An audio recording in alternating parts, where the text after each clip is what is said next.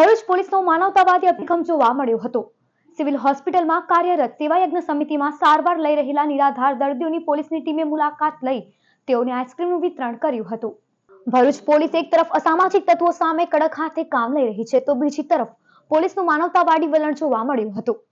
વાત એમ છે કે ભરૂચ સિવિલ હોસ્પિટલમાં કાર્યરત સેવાયજ્ઞ સમિતિમાં નિરાધાર દર્દીઓની સારવાર કરવામાં આવી છે। છેલ્લા 25 વર્ષથી આ સેવાયજ્ઞ ચાલી રહ્યો છે।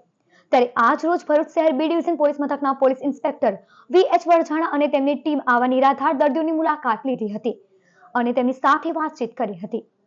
આ સાથે જ કાળઝાળ ગરમીમાં દર્દીઓને આઈસ્ક્રીમનું પણ વિતરણ કર્યું હતું। દર્દીઓ પણ સુરક્ષા અને સલામતીનો અનુભવ કરી શકે તે હેતુસર ભરૂચ પોલીસ દ્વારા આ નવતર અભિગમ હાથ ધરવામાં આવ્યો હતો।